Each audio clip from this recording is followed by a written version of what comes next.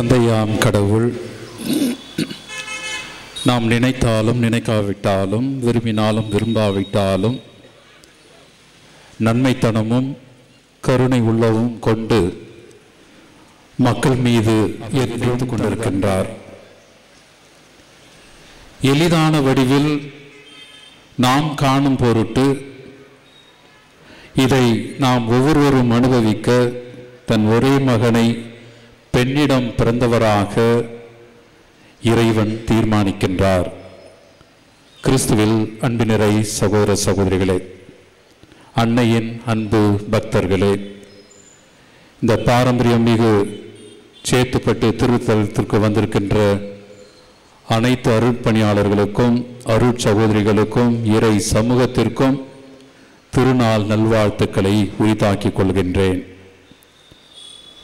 கடவுளுடைய அன்பையும் கருணையையும் அவருடைய பரிவையும் இரக்கத்தையும் வெளிக்காட்டும் அருட்சாதனமாக நற்கருணை திகழ்கின்றது. இந்த ஒரு அனுபவத்தை அன்னையிடம் அண்டி வருகின்ற அல்லது அண்டி வருகின்ற போது மிகவும் தெளிவு பெறுகின்றோம். மரியின் வழி இயேசு என்னும் புனித அகுஸ்தினாரின் படிப்பினை இந்த உண்மையை இந்த திருத்தலத்தில் நமக்கு அனுபவமாக தருகின்றது. இந்த தினம் பிற்பகலிலே நற்கருணை ஆண்டவனை சுற்றி எவ்வளவு பேர் தங்களது எண்ணங்களையும் தங்களது இயக்கங்களையும் தங்களது நோய்களையும் நோக்காடுகளையும் தங்களது எதிர்பார்ப்புகளையும் மண்டியிட்டு கொட்டி தீர்த்த அந்த அனுபவத்தை நான் கண்டேன். இந்த அன்னை தன்னை அண்டி வருகிறவர்களிடம் தன்னை மட்டும் வெளிக்காட்டாமல் தன் மகனையும் அதிலும் குறிப்பாக நற்கருணையில் வீட்டிருக்கின்ற ஆண்டவனை வெளிச்சம் போட்டு காட்டுகின்றார் என்பதனை இந்த நாள் நமக்கு அறிவுறுத்துகின்றது. கிறிஸ்துவில் அன்பினரை சகோதர சகோதரிகளே,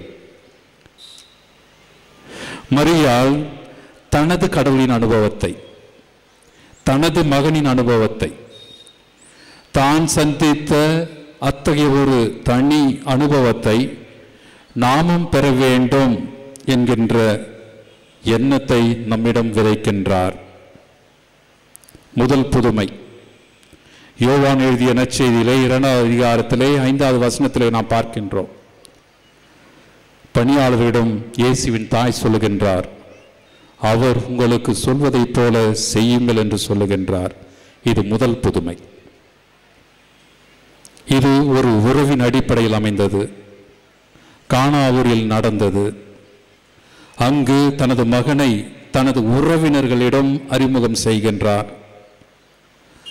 அதே சமயம் இது ஒரு முன்னோட்டமே, இது ஒரு முதல் புதுமையே என்பதனை நாம் காண வேண்டும். கிறிஸ்துவில் அன்பினரை சகோதர சகோதரிகளே, இந்த முதல் புதுமை கடைசி புதுமைக்கு நம்மை இட்டு செல்கின்றது. கண்ணீர் தண்ணீர் ரசமாக மாறுகின்றது. இங்கு மகிழ்ச்சி பொங்குகின்றது. நமது கண்ணீரெல்லாம் மகிழ்ச்சியாக மாறுகின்றது என்பதனை இந்த முதல் புதுமையும், அதே சமயம் இந்த இறுதி புதுமை ரசம் இரத்தமாக மாறுகின்றது. இதைத்தான் நாம் இந்த 2வது வாசகத்திலே படிக்க கேட்டோம். இந்த ரசம் இரத்தமாக மாறுகின்றது. மகிழ்ச்சி மகிமை பெறுகின்றது. மாந்தர்கள் மீட்பு பெறுகின்றார்கள் இந்த இரத்தத்தினாலே என்பதனை உணர அழைக்கப்படுகின்றோம். அன்பினரை சகோதர சகோதரிகளே, 2வது வாசகத்திலே நாம் கேட்டோம், இதை என் நினைவாக செய்யுங்கள் என்ற இயேசுவின் மொழிகள் பவுலடியார் 2 முறை திரும்ப திரும்ப சொல்லுகின்றார். இதை என் நினைவாக செய்யுங்கள். மரியாள் பணியாளரிடம் சொல்லுகின்றார், அவர் சொல்வதைப் போல செய்யுங்கள் என்று சொல்லுகின்றார். இந்த கடைசி புதுமையிலே இயேசு சொல்லுகின்றார், இதை என் நினைவாக செய்யுங்கள் என்று சொல்லுகின்றார். இது வெறும் சடங்கு அல்ல. நற்கருணை என்பது வெறும் சடங்கு அல்ல, மாறாக இது உயிரோட்டம் உள்ள ஒரு அனுபவம், அன்னை மரியாளோடு பயணித்த ஒரு அனுபவம் என்பதனை நாம் உணர வேண்டும். கிறிஸ்துவில் அன்பினரை சகோதர சகோதரிகளே, இது வெறும் சடங்கு அல்ல. நற்கருணை என்பது வெறும் சடங்கு அல்ல. இது ஒரு மாமனின் நினைவாக நாம் கொண்டாட வேண்டிய ஒரு கொண்டாட்டம், ஒரு அனுபவம். இதிலே தனது தசையை உண்ணவும் இரத்தத்தை குடிக்கவும் இயேசு அழைக்கின்றார். சதை, இரத்தம் யோவானின் மொழியிலேயே இயேசுவினுடைய முழு மனித அவதாரத்தை சுட்டி காட்டுகின்றது. இயேசுனுடைய முழு வாழ்க்கையை சுட்டி காட்டுகின்றது. இயேசுனுடைய முழு வாழ்வை சுட்டி காட்டி அதிலே நாம் பங்கு கொள்ள வேண்டும் என்று அழைக்கின்றது. அவருடைய பிறப்பு, அவருடைய வாழ்வு, அவருடைய பாடுகள், அவர் கண்ட முரண்பாடுகள், அவர் கொண்ட எதிர்ப்புகள், அவர் கடைசியில் கண்ட அந்த மரணம், கொடூர மரணம், உயிர்ப்பு, இதெல்லாம் ஒட்டுமொத்தமானதுதான் இந்த நற்கருணை. ஒட்டுமொத்த இயேசுடைய வாழ்க்கையையும் தான் இது சுட்டி காட்டுகின்றது. இதிலே முழுமையாக அன்னை மரியாள் பங்கெடுக்கின்றார். முதலிலிருந்து கடைசி வரை அவர் முழுமையாக இந்த மாமனிதனோடு தனது மகனோடு பயணம் செய்கின்றார். இதைத்தான் என் நினைவாக செய்யுங்கள் என்று இயேசு சொல்லுகின்றார். மீண்டுமார் எதை என்று நீங்கள் கேள்வி கேட்கலாம்.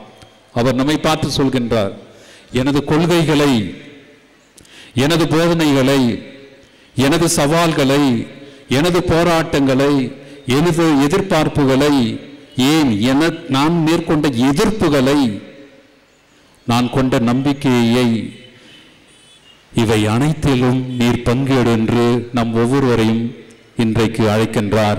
கிறிஸ்துவில் அன்பினரை சகோதர சகோதரிகளே, இந்த அன்னையினுடைய திருவிழாவும் இந்த நாளிலே இதைத்தான் நமக்கு அறிவுறுத்துகின்றன. எனது மகனின் நினைவை விட்டுவிடாதே, அவனுடைய வாழ்வை ஒரு சடங்காக மாற்றிவிடாதே, மாறாக அவனது வாழ்விலே அனுபவித்ததையெல்லாம் நீயும் கண்டுணர வேண்டும் என்று மரியாள் இன்றைக்கு நமக்கு ஒரு சவாலை விடுக்கின்றார். எனவே நமக்கு ஒரு சாவு தரப்படுகின்றது, ஒரு மரணம் தரப்படுகின்றது. தனது மகனின் மரணம் இன்றைக்கு நமக்கு தரப்படுகின்றது. நீங்கள் இந்த அப்பத்தை உண்டு கிண்ணத்திலிருந்து பருகும் போதெல்லாம் ஆண்டவருடைய சாவை அவர் வரும் வரை அறிக்கையிடுகின்றீர்கள். இதைத்தான் நாம் இரண்டாவது வாசகத்திலே கேட்டோம். இந்த சாவு கொடியது, கஷ்டமானது, மரியாள் அனுபவித்தது. இருந்தாலும் இந்த நினைவுதான் நமக்கு தரப்படுகின்றது என்பதை உணர வேண்டும். இயேசுவில் அன்பினரை சகோதர சகோதரிகளே, இயேசு தனது பணிவாழ்வில் ஏழைகள், பாவிகள், அந்நியர்கள், ஒடுக்கப்பட்டவர்கள், பெண்கள் சார்பாக நிலைப்பாடு எடுத்தது என்பது அவரது பணியின் ஒரு பக்கம். தான் சார்ந்திருந்த இனம், அடக்குமுறைகள் இவற்றை விமர்சனம் செய்தது அவரது பணியினுடைய மறுபக்கம். எனவே அவரது மக்களே அவரை நிராகரித்தார்கள், ஏன் அவரது மக்களே அவரை கொன்றார்கள் எனலாம். ஒருவேளை நாமும் கூட இந்த நினைவினை, அவரது வாழ்வினை உணராமல் அல்லது கண்டுணராமல் அனுபவிக்காமல் இருக்கின்ற போது மீண்டும் மீண்டுமாய் நாமும் இயேசுவை சாகடித்துக் கொண்டிருக்கின்றோம் என்பதனை இந்த நேரத்தில் உணர வேண்டும். அன்பினரை சகோதர சகோதரிகளே, எனவே அவரது லட்சிய வாழ்வு, பாடுகள், மரணம், உயிர்ப்பு அனைத்தையும் உள்ளடக்கிய நற்கருணை தியாக வாழ்வு ஒரு நினைவாக நமக்கு தரப்படுகின்றது. இதைத்தான் இன்றைய நாளிலே அன்னை மரியாள் நமக்கு முதல் செய்தியாக தருகின்றார்.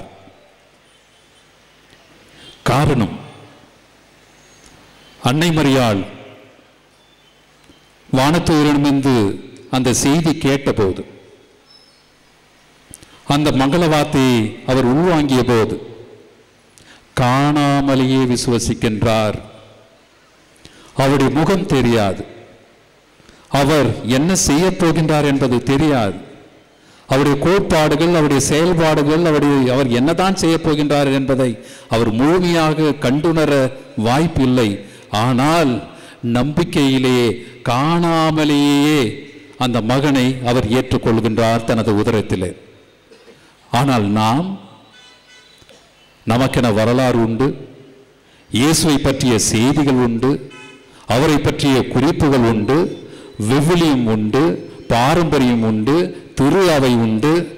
இவ்வளவு செய்திகள் நமக்கு இருந்தும் கூட நமது நம்பிக்கை, நமது எதிர்நோக்கு, நமது அன்பு ஏன் தழைக்கவில்லை என்பதனையும் இந்த நேரத்தில் உணர வேண்டும். கிறிஸ்துவில் அன்பு நிறை சகோதர சகோதரிகளே, ஒரே நாளிலே இன்னொரு நினைவும் நமக்கு தரப்படுகின்றது. இதைத்தான் இன்றைய நற்செய்தி வாசகமாக நாம் படிக்க கேட்டோம். ஏன் இந்த இரத்தமாக மாறுகின்றதை முன்னவே இந்த பாதம் கழுவும் சடங்கு நடைபெறுகின்றது. இன்னொரு நினைவு, இன்னொரு கட்டளை, இன்னொரு மரண சாசனம், இன்னொரு நற்செய்தி, பிறரன்பு பணி. யோவான் எழுதிய நற்செய்தி 13வது அதிகாரம் 14வது வசனம். ஆகவே ஆண்டவரும் போதகருமான நான் உங்கள் காலடிகளை கழுவினேன் என்றால் நீங்களும் ஒருவர் மற்றவருடைய காலடிகளை கழுவ கடமைப்பட்டிருக்கின்றீர்கள். இது உங்களது விருப்பம் அல்ல, வேண்டும்போது மட்டுமல்ல, நீங்கள் நினைக்கும் போது மட்டுமல்ல, மாறாக இது உங்களது கடமை என்பதனை அவர் அறிவுறுத்துகின்றார். நான் செய்தது போல நீங்களும் செய்யுமாறு நான் உங்களுக்கு முன்மாதிரி காட்டினேன் என்பதையும் அவர் அறிவுறுத்துகின்றார். சொல்லில் மட்டுமல்ல, செய்து காட்டினார். முன் உதாரணமாக இருந்தார். பணி செய்ய, உதவி செய்ய, பணிந்து தூக்கிவிட நாம் தயாராக இருக்கின்றோமா? இது அல்லவா ஆன்மீகத்தின் உச்சக்கட்டம்? அனைத்தையும் இழப்பதல்லவா நம்மிடமிருந்து இறைவன் எதிர்பார்ப்பது? இயேசுடைய இறுதி ஆசை இது. யோவான் எழுதிய நற்செய்தி 13வது அதிகாரம் 35வது வசனம். நான் உங்களிடம் அன்பு செய்தது போல நீங்களும் ஒருவர் மற்றவரிடம் அன்பு செலுத்துங்கள். நீங்கள் ஒருவர் மற்றவருக்கு செலுத்தும் அன்பிலிருந்து நீங்கள் என் சீடர்கள், பணியாளர்கள் என்பதை எல்லோரும் அறிந்து கொள்வர் என்கின்ற இந்த இறுதி ஆசையை, அவர் நமக்கு விட்டு சென்ற இந்த இறுதி ஆசையை நமது வாழ்வாக மாற்ற வேண்டும் என்று இன்றைக்கு அன்னை மரியாள் நமக்கு அறிவுறுத்துகின்றார். கிறிஸ்துவில் அன்பினிறை சகோதர சகோதரிகளே, கடவுள் நம்மை அன்பு செய்தார். இது ஆக்குகின்ற சக்தி, உருவாக்குகின்ற சக்தி, மாற்றுகின்ற சக்தி, ஒரு மாற்றம் செய்கின்ற சக்தி. இதை நாம் உணர வேண்டும் என்பதனை இந்த நாளிலே நாமும் உணர வேண்டும். அன்பினிறை சகோதர சகோதரிகளே, நான் நற்கருணையை நேசிக்கின்றேன். எல்லா வழிபாடுகளிலும் நான் பங்கெடுக்கின்றேன். ஆனால் நான் யாரை பற்றியும் கவலைப்பட மாட்டேன். ஏழைகளாவது எளியவர்களாவது பிறருடைய உணர்விலே நான் கனிய மாட்டேன், கசிய மாட்டேன். பிறரை பற்றி நான் அக்கறை கொள்ள மாட்டேன். கண்டிப்பாக இப்படி நம்மால் இருக்க முடியாது. கிறிஸ்துவை நேசிக்கின்றவன் மற்றவர்களையும் நேசிக்க வேண்டும், நேசித்துதான் ஆக வேண்டும். இது கட்டாயம் என்பதனை இந்த நாளிலே அன்னை மரியாள் நமக்கு கண்டிப்பாகவே இதை அறிவுறுத்துகின்றார். கிறிஸ்துவில் அன்பினரை சகோதர சகோதரிகளே,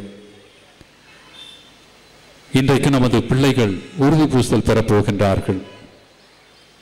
மரியாள் தனிப்பட்ட முறையிலே ஆவியினாலே அபிஷேகம் செய்யப்படுகின்றார், ஆவியினாலே செறிவூட்டப்படுகின்றார், ஆட்கொள்ளப்படுகின்றார். இது தொடக்கமாக அமைந்தது. அதே சமயம் கடைசியிலே ஆண்டவருடைய உயிர்ப்புக்கு பிறகு இந்த பெந்தகோஸ்தின் போது அப்போஸ்தலரோடு சேர்ந்து, ஒரு குடும்பத்தோடு சேர்ந்து, இறை சமூகத்தோடு சேர்ந்து அவரும் ஆவினாலே ஆட்கொள்ளப்படுகின்றார், அபிஷேகம் செய்யப்படுகின்றார், உறுதிப்படுகின்றார். அதே ஆவியைத்தான், அன்னை மரியாள் பெற்ற அதே ஆவியைத்தான், திருத்தூதர்களும் அன்னை மரியாளும் பெற்ற அதே ஆவியைத்தான் நாமும் பெற்றோம். இன்றைக்கு நமது பிள்ளைகளும் பெறப்போகின்றார்கள். எதற்காக?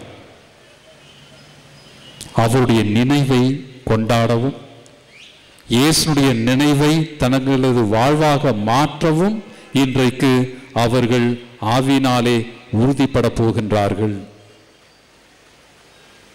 ஒன்று, இயேசுடைய முழு வாழ்க்கையையும் நமதாக மாற்றிக்கொள்வது. நற்கருணை வெறும் சடங்காக மட்டுமல்ல, இந்த முழு மனிதனாம் முழு இறைவனாம் இயேசுவை நமது வாழ்வாக்கி அதை நமது வாழ்விலே பிறருக்கு காட்டுவது அன்பு பணியின் வழியாக. அது இரண்டாவது.